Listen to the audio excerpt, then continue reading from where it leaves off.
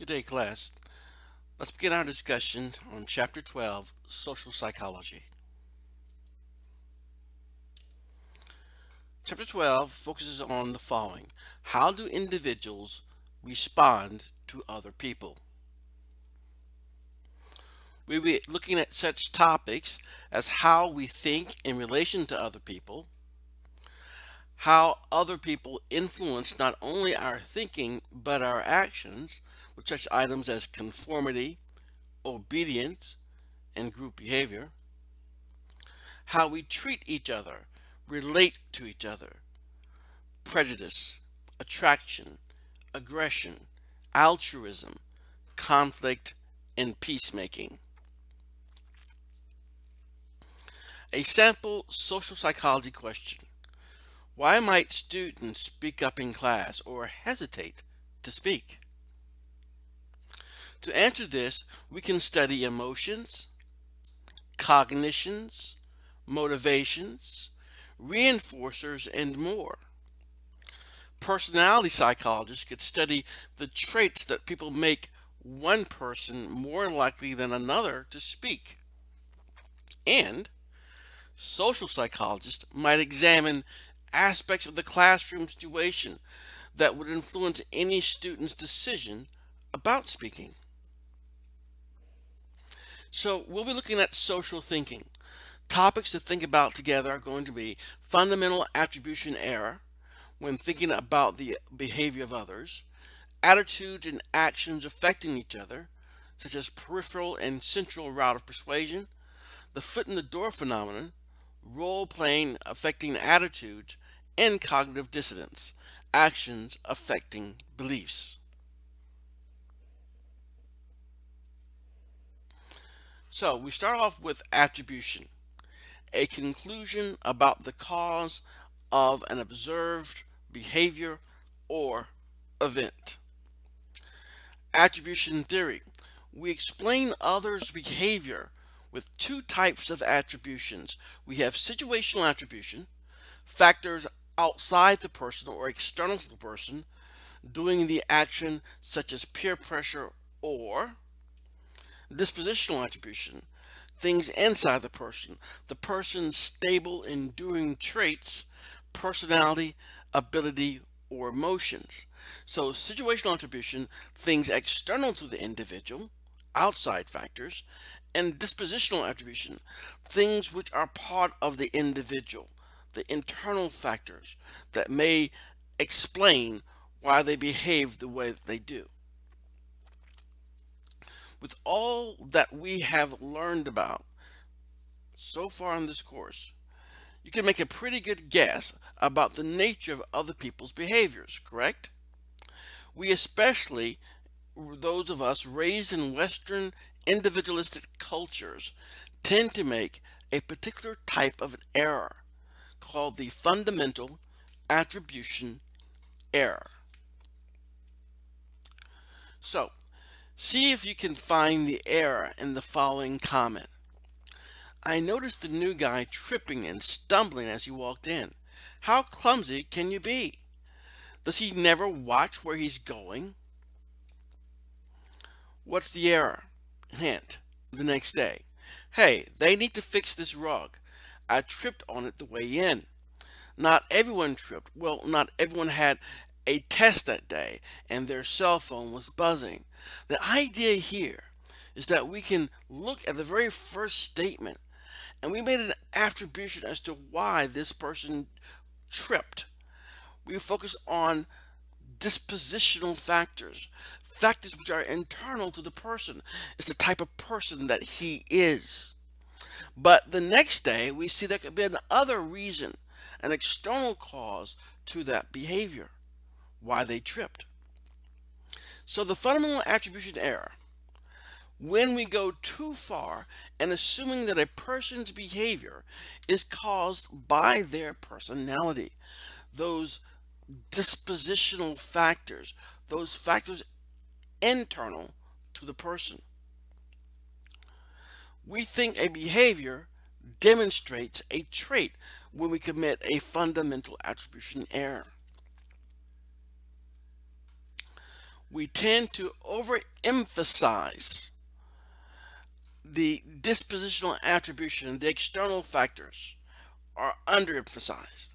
So we tend to overemphasize the personal distribution attribution and underemphasize the situational attribution. That is the fundamental attribution error. So we make this error even when we are given the correct facts. In a Williams College study, a woman was paid and told to act friendly to some students, unfriendly to others. The students felt that her behavior was part of her disposition, even when they were told that she was just obeying instructions.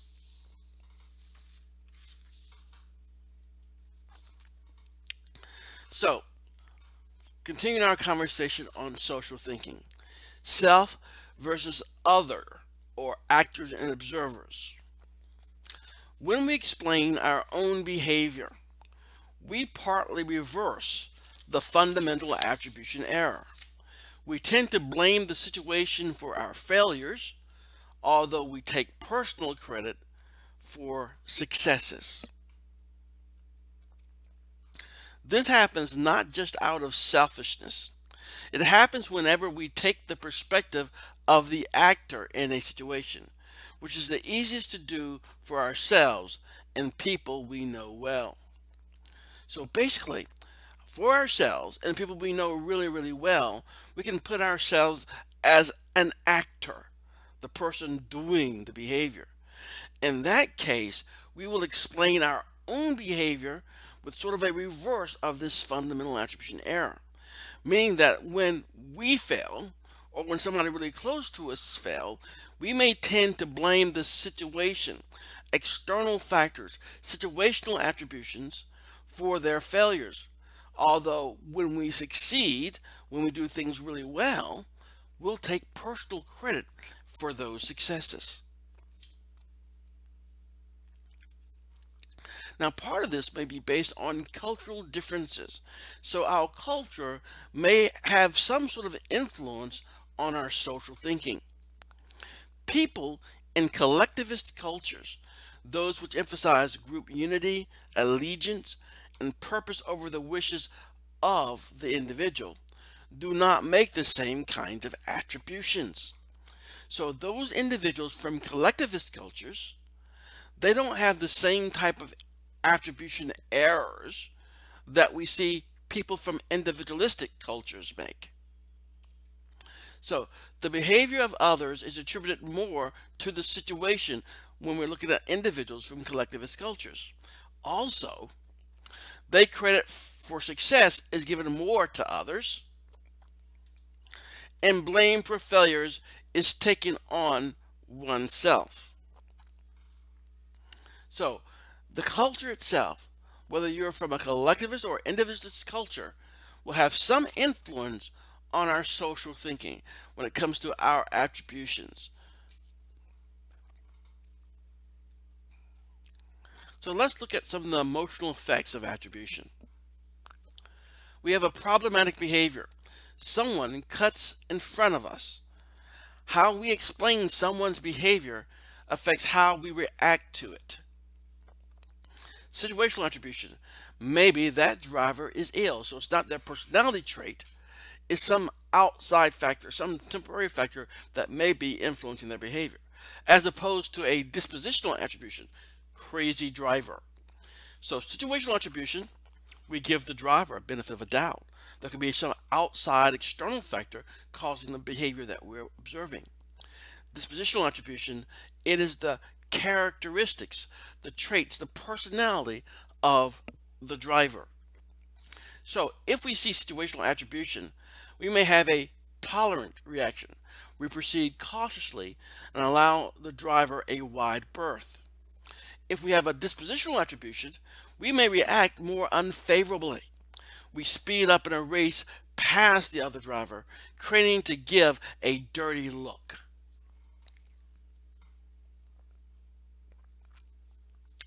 Political effects of attribution. When we see someone who is in dirty clothes is an asking also for money, what do we assume is the cause of the person's behavior? Well, it could be something like this. 1. Too lazy or incompetent to get a job. Or 2. Lost home due to medical bills and now unable to get in a condition to compete for scarce jobs. Would your assumptions change if the person were drunk or spoke articulately? What solutions and policies make sense if you make the first attribution or the second type of attribution? So what we see here is that the types of attributions that we make may have some influence on our political views.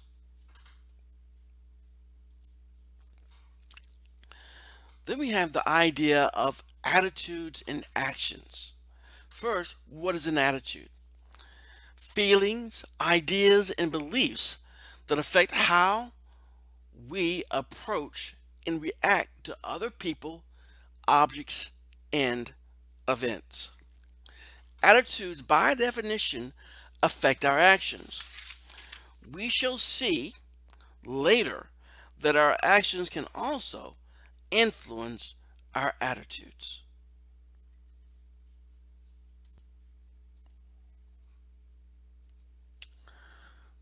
Persuasion. There are two cognitive pathways to affect attitudes. We have the central route persuasion, going directly through the rational mind, influencing attitudes with evidence and logic. My product has been proven more effective. We're going for logic, rationality to persuade someone, as opposed to the peripheral route persuasion, changing attitudes by going around the rational mind and appealing to fears, desires, and associations. People who buy my product are more happy, attractive. One way to think of central route versus peripheral route is this. Central route is about winning over the mind, using logic and rationality to have an argument to convince someone's mind about the proper course or the proper attitude to hold. The peripheral route is about winning someone's heart by going toward one's emotions to convince someone to change a particular attitude. It is oftentimes more difficult for us to employ a central route of persuasion because it takes the person who's attempting to be persuaded to spend much more resources and much more energy and focus on paying attention to one's argument. Whereas the peripheral route of persuasion can bypass all the big time heavy thinking. You show photographs and pictures of things that are very emotionally invoking. This way, you can rev up someone's desires and use associations in order to get their attitudes to be more aligned with what you want it to be. So, central route persuasion may last longer, but it's more difficult to try to get to.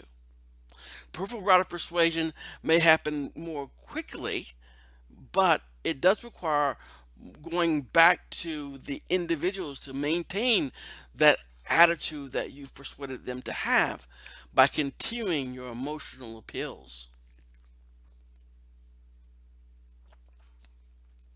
So attitudes affect our actions when we have external influences are minimal. So we don't have a lot of external influences trying to get at us to change anything. The attitude is stable. The attitude is specific to the behavior, and the attitude is easily recalled. So, an example. I feel like, this is an attitude, I feel like eating at McDonald's and I will. That's an action. External influences are minimal. There are no nutritionists here telling me not to. The attitude is stable. I've enjoyed their food for quite a while. The attitude is specific to the behavior. It's so easy to get the food when I have a craving. And 4, the attitude is easily recalled. It's easy to remember how good it is when I drive by and see that big sign every day or those golden arches. Now let's continue our conversation and look at actions influencing attitudes. So, if attitudes direct our actions, can it work the other way around? How can it happen that we can take an action which in turn shifts our attitude about that action? Through 3 social cognitive mechanisms: the foot in the door phenomena, the effects of playing a role, and cognitive dissonance.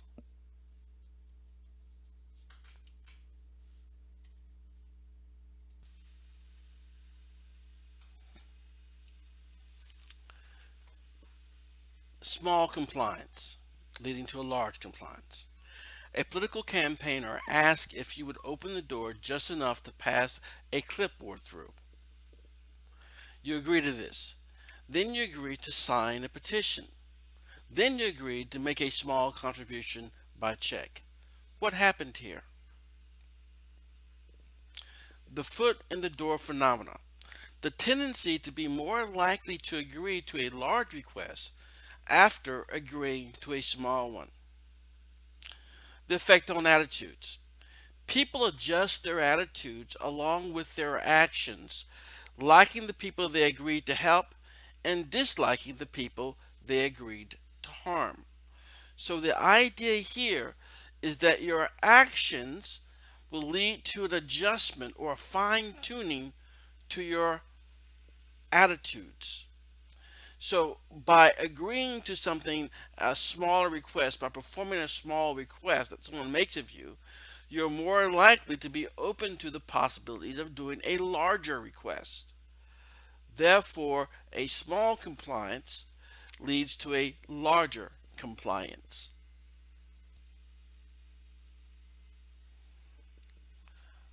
Another thing that influences our attitudes is role playing.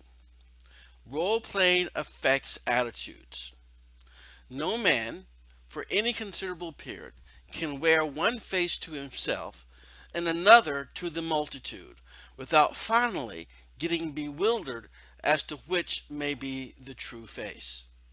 Or fake it till you make it. When we play a role, even if we know it is just pretending, we eventually tend to adopt the attitudes that go with that role and become the role. In arranged marriages, people often come to have a deep love for the person they marry. Actors say they can lose themselves in a particular role. Participants in the Stanford prison study ended up adopting the attitudes of whatever roles they were randomly assigned to play. Guards had demeaning views of prisoners, and prisoners had rebellious dislike of the guards. You may have seen this displayed in one of the videos you were assigned to watch this week. But the idea of the Stanford prison studies is they got some college students, and they were slated to do this for a couple of weeks. One group of college students would be prisoners being maintained in the basement of the psychology department at a university in California. The others would serve as the prison guards. They got to go home at night. And the idea is they wanted to see what would happen when people started to play out these roles very specifically. They had to end the study much earlier than they had intended because people got into the roles too detailed. They began to believe themselves as being and acting very much like they thought guards should act and how prisoners should act. So basically, in this instance, role playing can have a significant influence on one's attitudes. Fake it till you make it. You act out a role for long enough, the role may become very real to the individual.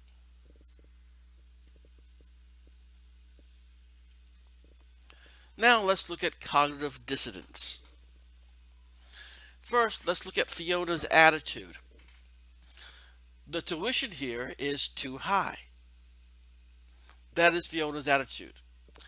If Fiona agrees to do some fundraising for her college, her attitudes about school finances might shift to resolve her cognitive dissonance.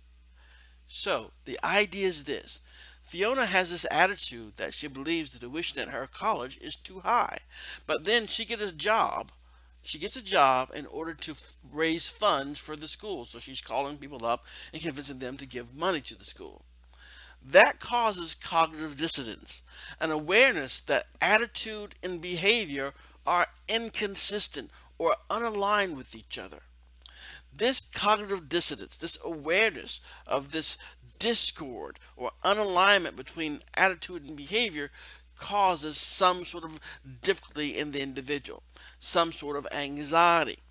And what tends to happen then? Something must give. Either the behavior must change or the attitude must change.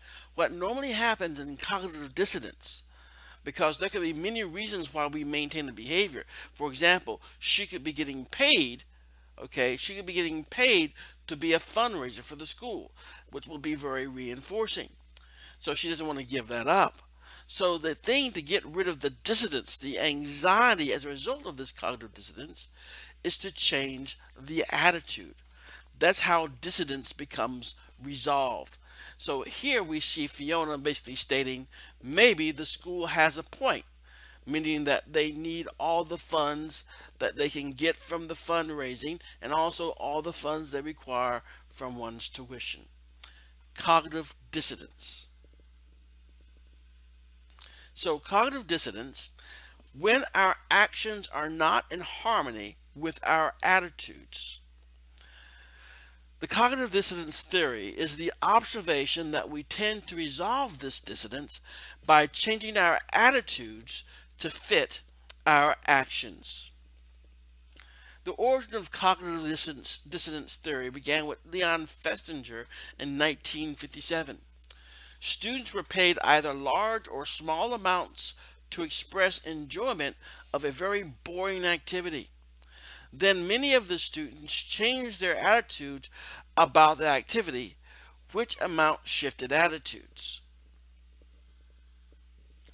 Getting paid more, I was paid to say that I like this particular activity. Therefore, their attitudes did not shift. But if you got paid very little for doing this boring activity, so getting paid less led to this. Why would I say it was fun just for $1? That's weird. Maybe it wasn't so bad after all, now that I think of it. So the idea here is that because they didn't get paid enough money to justify them saying they like this boring activity, they had to adjust their thinking somewhat so their attitude toward the activity was changed.